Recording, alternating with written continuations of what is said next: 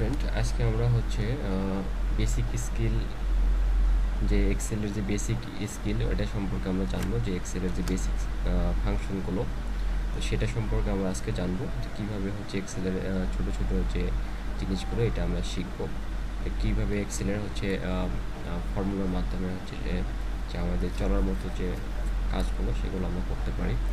সেটাই আমরা আজকে শিখবো, যে কীভাবে আমরা ডেটাগুলো যোগ বিয়োগ বা ভাগ যেটাই বলি না কেন এগুলো আমরা কীভাবে করতে পারি সেটা আমরা এক্সেলে শিখবো আজকে।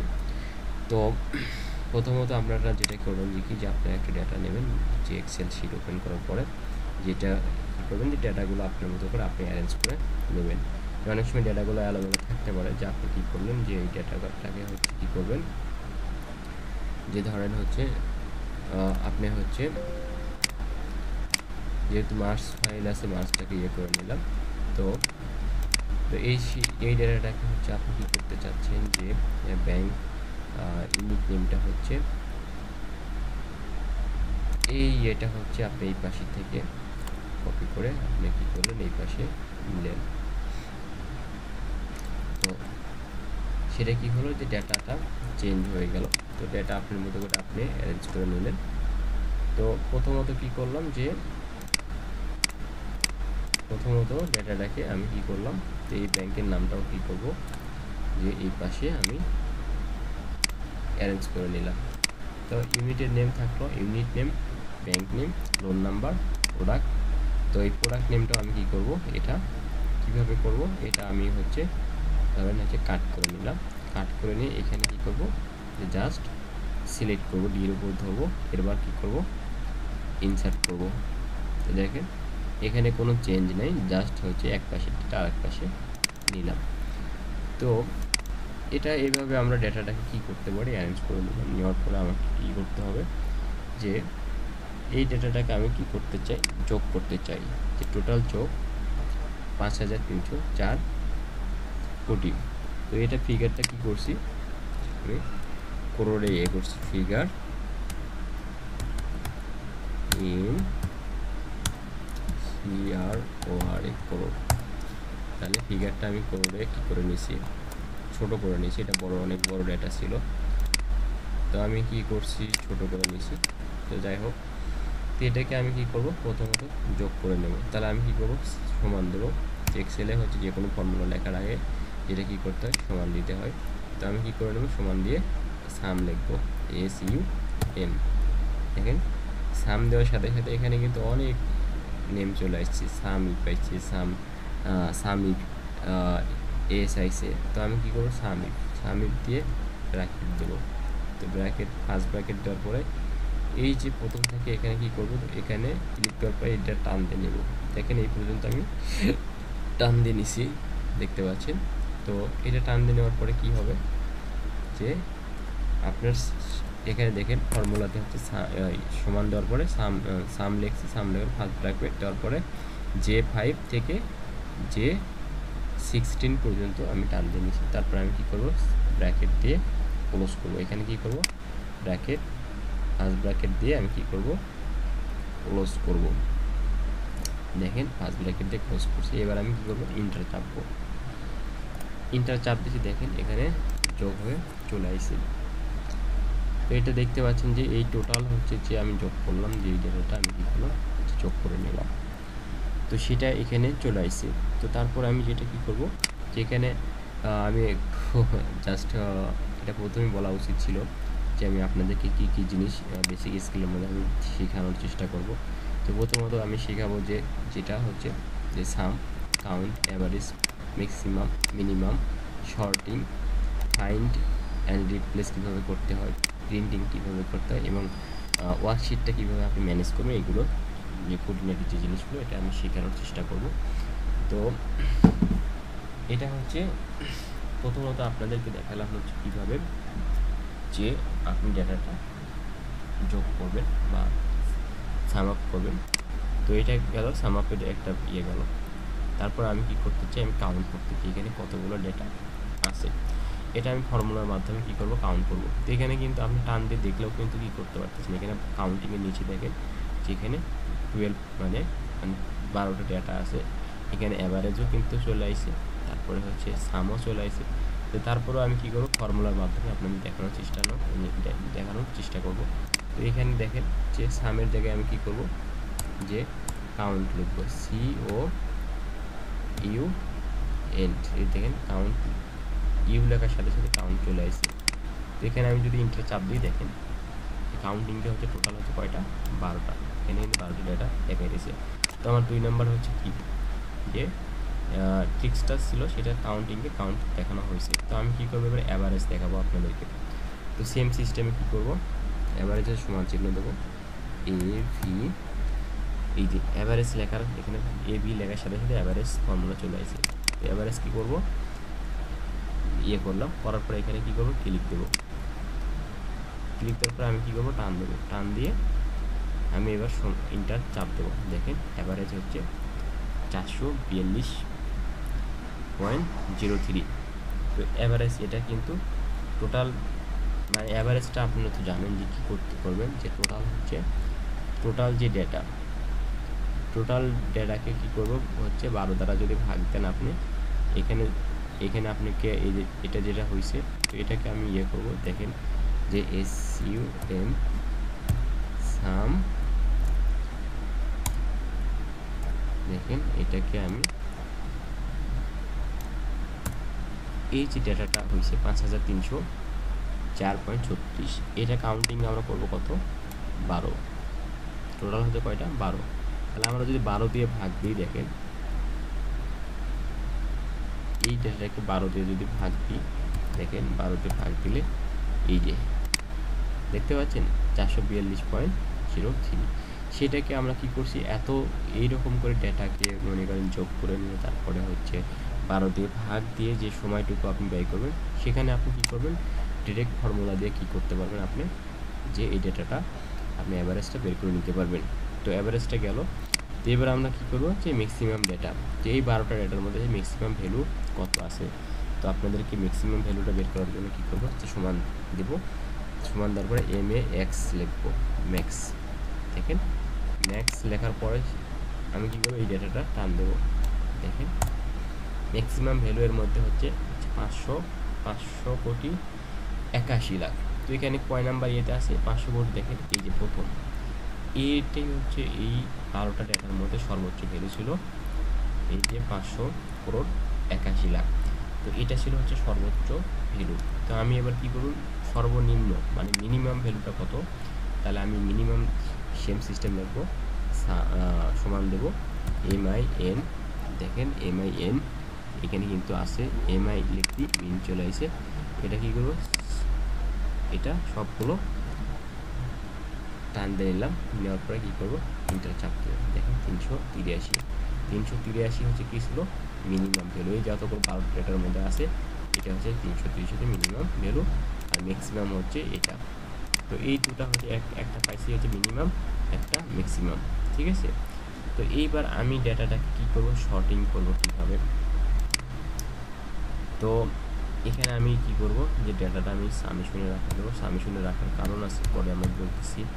তো যেটা করব, এটা সাম আপ দিব, দিয়ে আমি এইটা কি করব, যে মিনিমামের পরে আমার শর্টিং ডেটা, এই ডেটাটাকে শর্টিং কী করতে পারবো, শর্টিং।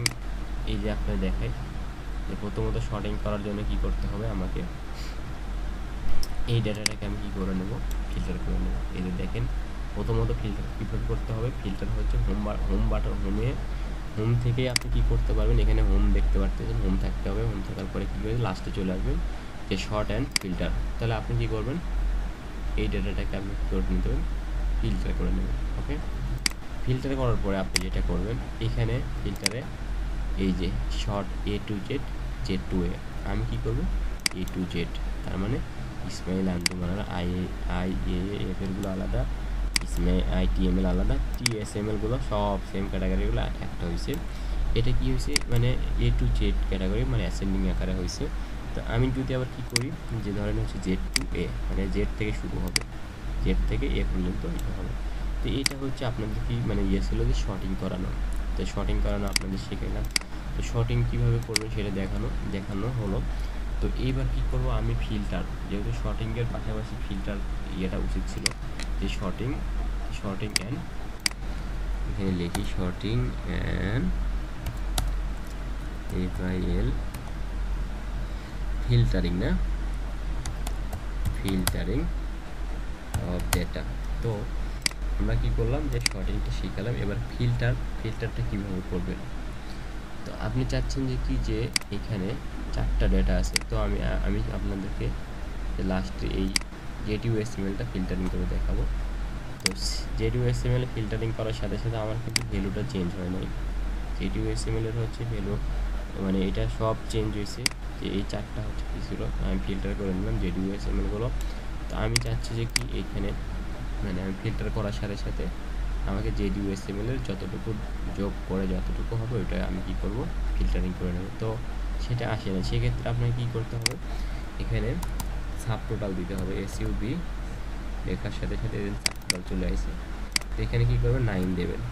9 দেওয়ার পরে সেম সিস্টেমে যে ডেটা আছে ওটাই রেখে দিলাম, দেখেন ভ্যালু চেঞ্জ হয়েছে 1698। ওকে, এইবার আমি আরেকটা ফিল্টারিং করে আপনাদের দেখাই, যে ধরেন হচ্ছে TSML কী করলাম, ফিল্টারিং করলাম, দেখেন 2225.55। তো এটা কী হলো, ফিল্টারিং হলো। তো এটা কি করব, এবার দেখেন যে আমি টোটাল কী করলাম, ফিল্টার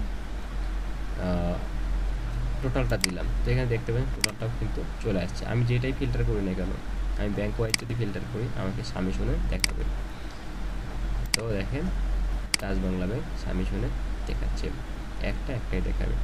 তো এইভাবে হচ্ছে কি করবেন, আপনারা হচ্ছে ফিল্টারিং করবেন, যেভাবে ইচ্ছা সেভাবে করতে পারবেন। তো আমার এখানে গেল যে কি, শর্টিং অ্যান্ড ফিল্টারিং, এই ইয়েটা আমি দেখানোর যে ইয়ে করছি সেটা আমি দেখাইলাম। তো এইখানে আরেকটা জিনিস, যেটা তো ফাইন্ড, আপনি কীভাবে ফাইন্ড করবেন, যে অনেকগুলো ডেটার মধ্যে যে ফাইন্ড করবেন কীভাবে এবং রিপ্লেস করবেন। তাহলে আপনাকে কী করতে হবে, যেখানে দেখতে পাচ্ছেন যে হোম বাটনে হচ্ছে ফাইন্ড লেখা আছে, দেখেন ফাইন্ডে ক্লিক দেবেন। ওকে, তো আপনি কী করবেন, এর মধ্যে থেকে হচ্ছে ফাইন্ড করতে যাচ্ছেন যে আপনার লোন নাম্বার হচ্ছে 1205, ধরেন হচ্ছে একটা লোন নাম্বার হচ্ছে আছে 1200, মানে 12,705। আপনি একটা কী করছেন, লোন নাম্বার আপনি ব্যাংকে থেকে কী করছেন, স্টেটমেন্ট দেখছেন, যাই হোক সেটার থেকে আপনি কী করবে, ফাইন্ড করতে চাচ্ছেন। তো দেখেন এখানে ফাইন্ডিংয়ে কী করতেছে, একটা লোন দেখাচ্ছে, কোন লোনটা আমি সিলেক্ট করবো, দেখেন এটা আমি একটা মাত্র হলুদ মার্ক করলাম যে এটা ফাইন্ড করছিলাম। তো দেখেন এটা কিন্তু ফাইন্ড, আপনি লোন নাম্বার লেখার সাথে সাথে কী হলো, ফাইন্ডিংয়ে চলে আসলো। ওকে, তো আপনি হচ্ছে কী করবেন, যে আরেকটা জিনিস যেটা দেখায় আপনাকে, যে আপনি খুঁজতে চাচ্ছেন MTR কোনগুলো আছে, MTR।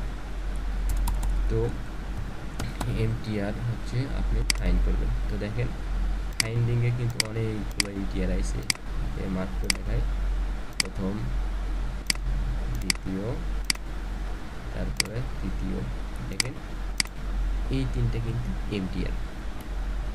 তো আরেকটা যেটা দেখাচ্ছে,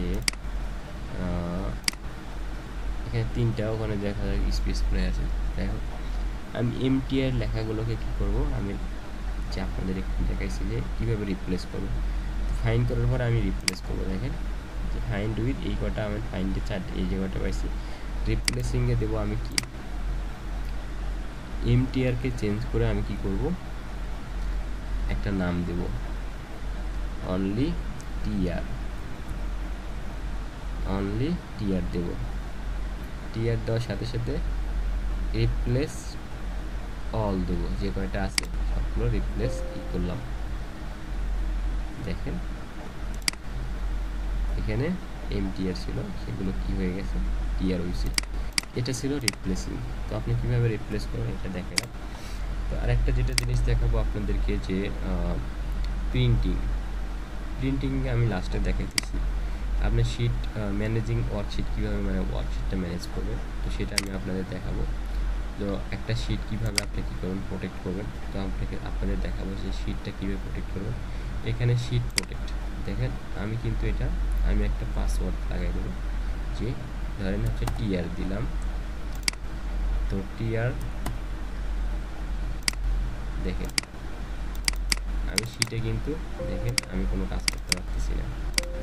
এটা আমি যতক্ষণ পর্যন্ত আমি এটা কি প্রোটেকশন আমি না উঠাবো, এখানে দেখেন আনপ্রোটেক্টেড লেখা আছে যে প্রোটেক্ট হয়ে গেছে, আমি এই শীটে আর কোনো কাজ করতে পারতেছি না। কাউকে যদি কোনো কিছু শীট পাঠাইতে চান যে আপনি শীটটা কী থাকবে এরকম প্রোটেক্টেড থাকবে, কোনো চেঞ্জ করতে পারবেন না। তো সেই ক্ষেত্রে আপনি এটা প্রোটেকশন দিতে পারবেন। তো এটা আমি আনপ্রোটেক্ট করবো, যে টিআর আমি দিলাম, দেখেন দেওয়ার সাথে সাথে আমি কী করতে পারতেছি, কাজ করতে পারতেছি। আরেকটা জিনিস দেখেন, আমি কিন্তু এই প্রোটেক্ট ওয়ার্কশিট, তো সেই ক্ষেত্রে আমি একটা শীট নিতে চাই, এটা কিন্তু নিতে পারছি ইজিলি। তো আমি যেটা করতে চাচ্ছি যে এখন আপনাদের দেখানোর চেষ্টা করতেছি ওয়ার্কশিট প্রোটেক্ট, তাহলে টিআর দিলাম, দেখেন এখানে কিন্তু আপনি প্লাসের চিহ্ন দিয়ে ক্লিক দেওয়া যতই দেন আপনি শীট, আপনি নতুন শীট একটা নিতে পারবেন না। যে কটা শীট থাকবে এই শীটের বাইরে আপনি কী করতে পারবেন, নিতে পারবেন না। তো সেক্ষেত্রে এটা হচ্ছে ওয়ার্কশিট প্রোটেক্ট, হচ্ছে এটা ওয়ার্কশিট প্রোটেক্ট। তো এই প্রোটেকশনটা দেখাইলাম। তো এইবার যেটা আমি দেখাবো আপনাদেরকে প্রিন্টিংয়ের যে অপশনটা, তো আপনার হচ্ছে কী দরকার, যে এটা হচ্ছে আপনার কাজ কমপ্লিট হওয়ার পরে আপনি কী করবেন, প্রিন্ট দেবেন। প্রিন্টিংয়ে যেটা করবেন সেটা হচ্ছে এখানে কী করবেন, ক্লিক দেবেন, দেখেন এখানে নিচে প্রিন্ট লেখা আছে। তো প্রিন্ট যেটা আছে তো সেখানে আপনি কী করবেন, যে যেহেতু সিলেকশন করছে আমি অ্যাক্টিভ শিট দেবো না, সিলেকশন দিছি, আমি কী করবো ল্যান্ডস্কেপে দেবো, পোর্ট্রেটে দেবো, এখানে দেখেন আমি দিছি। তো দেওয়ার পরে যেটা এখানে স্কেল দিলাম না, তো আমি এখানে কী করলে প্রিন্ট করলে কী হবে, প্রিন্টিংয়ে হবে। আমার যেহেতু মানে প্রিন্টারটা অন করা নাই যেহেতু এখন, সেই কারণে যে অফ দেখাইতেছে। তো এটা হচ্ছে প্রিন্টিংয়ের দেখাইলাম। তো এটা কীভাবে প্রিন্ট করুন সেটাও দেখাইলাম। তো এটা এক্সেলের যে খুঁটিনাটি যে ছোটো ছোটো যে ইয়েগুলো সেগুলো আপনাদেরকে দেখানোর চেষ্টা করলাম। তো পরবর্তী ভিডিওতে আরও ডিটেইলি আলোচনা করব। এক্সেলের অনেক বড় একটা জায়গা, অনেক ফাংশন। তো পরবর্তীতে ভিডিওগুলোতে আমি আসলে এক্সেলের অনেকগুলো টপিক সিলেকশন করছি, যে এই টপিকগুলো আপনাদের মধ্যে হচ্ছে কি যে কীভাবে কী করতে হয়, সেই টপিকগুলো আমি আপনাদেরকে শেখানোর চেষ্টা করব, বা সবগুলো টপিকেরই হচ্ছে একটা মানে একটা করে ভিডিও টিউটোরিয়াল বানানোর চেষ্টা করব। আজকে আমি দেখলাম বেসিক স্কিলের যে এক্সেলের যে স্কিল সেটা ডেভেলপ করার জন্য আপনারা কী করবেন সেটা আমি দেখানোর চেষ্টা করলাম। তো আজকে এই পর্যন্তই, ভালো থাকবেন, সুস্থ থাকবেন। আমার ভিডিওটি যদি ভালো লাগে আপনারা সাবস্ক্রাইব করবেন, সাবস্ক্রাইব করে আমার চ্যানেলের পাশে থাকবেন। তো সবাই ভালো থাকবেন, সুস্থ থাকবেন, আল্লাহ হাফেজ।